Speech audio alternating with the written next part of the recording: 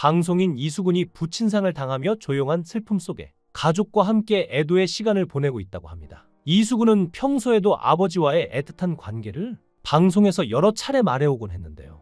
유년 시절 어머니가 신병으로 가족을 떠난 후 아버지와 형과 셋이서 살아온 이수근은 아버지가 직접 싸준 도시락을 들고 학교에 다녔는데요. 2018년 방송된 MBN 오늘 쉴래요 에서 이수근은 아버지가 싸준 도시락이 부끄러워 학교에서 안 먹고 논에서 형과 함께 먹었다며 어린 시절의 기억을 회상하기도 했습니다. 성인이 된 지금은 부모의 마음을 조금은 이해하게 됐다고도 말했는데요. 특히 이번 부친상은 아내 박지연 씨가 신장 재이식을 앞둔 시점과 겹쳐 더욱 안타까움을 자아내고 있습니다. 지연 씨는 2011년 둘째 아들 임신 중독증으로 신장 기능이 악화돼 아버지로부터 이식을 받았으나 이후 기능이 자리 잡지 못해 투석 치료를 받아왔는데요. 최근에는 친오빠가 기증자로 나서 8월 중순 신장 재이식을 받을 예정이었는데 이런 시기에 아버지가 돌아가셨으니 이수근의 마음이 참 여러모로 힘들 것 같습니다. 이수근은 특히나 가정사가 아프기로 유명한데요. 2008년 3월 2일에 1986년생인 박지연과 결혼했는데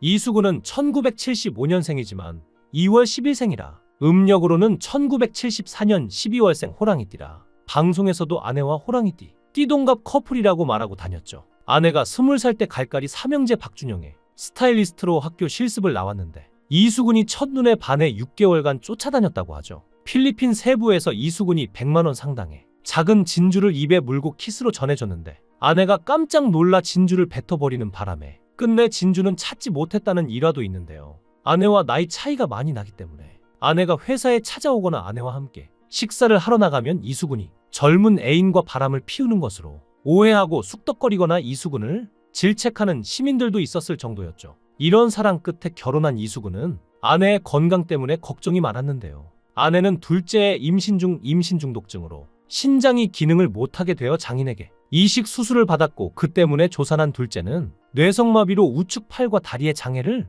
가지게 되었다고 합니다. 또 아내도 이식 수술 이후 2% 정도만 발생한다는 후유증으로 현재 고생 중이며 그 때문에 이수근은 스케줄이 끝나고도 집에 들어가지 못하고 아내의 병상을 지키면서 방송 생활을 했는데요. 그러다 이수근이 14년 전 매입한 서울 마포구 상암동 건물과 토지를 매각한다는 소식까지 들려왔죠. 이수근은 2011년 해당 부지를 아내와 공동 명의로 13억 원에 매각했는데요. 등기부등본에서 근저당권 채권 최고액은 약 8억 6,400만 원으로 7억 2천만 원을 대출한 것으로 추정해 볼 수 있었죠. 이수근은 이 건물을 아내의 단독 명의로 등기하며 7억여 원의 근저당 채무는 본인 명의로 설정했는데요. 이수근의 건물 매각 배경은 알려지지 않았지만 일각에서는 최근 신장 재이식 수술을 앞둔 아내를 위해 부동산 현금화에 나선 것이 아니냐는 추측이 나온 것이 이 부분 때문이었습니다. 여러 기사에서도 건물을 매도하는 이유가 가족의 건강 문제로 인한 치료비 마련과 관련된 것처럼 언급되었으나 이는 사실과 다른 부분이 있는데요. 건물의 매각은 개인적인 투자 판단과 자산 운용 계획에 따른 결정이었지 특정한 개인사나 건강 문제와는 무관하다는 것이죠. 하지만 대중들이 가정사 때문이라고 추측할 수밖에 없었던 이유는 아픈 아들과 아내뿐만이 아니라 이수근 자체가 워낙 기구한 삶을 살아온 안타까운 케이스이기 때문인 것 같은데요. 먼저 어머니에 대한 상처가 있습니다. 어렸을 적에 어머니가 무당이 되어 가족들을 떠난 아픈 과거가 있는데요. 이수근이 어릴 적에 그의 어머니가 식당을 운영했었는데 어느 날부터 갑자기 일하다가 손님들에게 뜬금없이 욕을 하고 행패를 부리는 듯한 행동을 해서 손님들과 싸우게 되면서 문제가 생겼다고 합니다. 그래서 어머니가 병원에 가봐도 애매한 진단만 나와서 용한 무당에게 가보니 신기가 갑자기 들어버려서 그런 일이 생기는 상태라는 이야기를 들었다고 하는데요. 그래서 그의 어머니가 신내림을 받지 않으면 안 되는 상태라고 해서 내림굿을 받고 무당이 되어 가족들과 함께 할 수 없는 상황이 된 것이었다고 합니다. 이수근의 아버지는 처음에 익히 막힌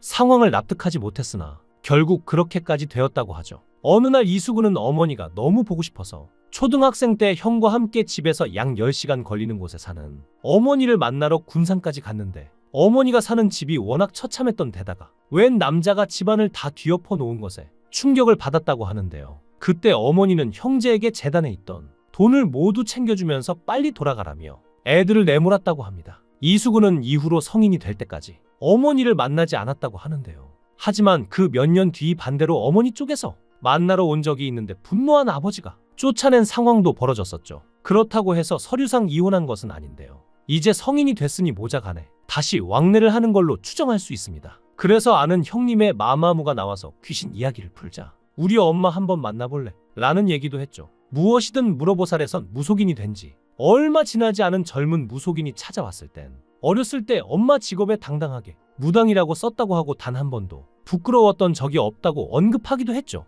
하지만 이런 가정환경에도 이수근은 꿋꿋하게 삶을 이어나갔는데요. 특히나 개그맨 시험을 준비할 때 일화는 정말 서글픈 이야기 중 하나입니다. 김병만과의 우정이 유명한데 함께 여의도 KBS가 보이는 옥탑방에서 생활고에 시달려가며 개그맨 공채 시험을 준비했다고 하는데요. 월세를 마련하지 못해 빈병을 죽기도 했을 정도였죠. 마지막으로 보기로 한 7번째 시험에서 둘 다 떨어졌는데 이수근은 결국 생계를 위해 레크레이션 강사를 하러 청소년 수련원으로 들어갈 결심을 하고 전화로 김병만에게 더 이상 못하겠다고 말하자 김병만은 섭섭함과 안타까움이 폭발해 전화기를 든 채로 펑펑 울며 너 길거리에서 만나면 죽여버릴 거야 라고 윽박지르고 절교를 선언했다고 하는데요. 결국 김병만은 1년을 더 준비해 KBS 공채 17기에 합격하는 쾌거를 이뤘죠. 합격 이후 김병만은 이수근이 생각나 곧장 그를 찾아가 꼭 다시 시험을 보라고 권유했고 이수근은 KBS 특채 18기에 합격해서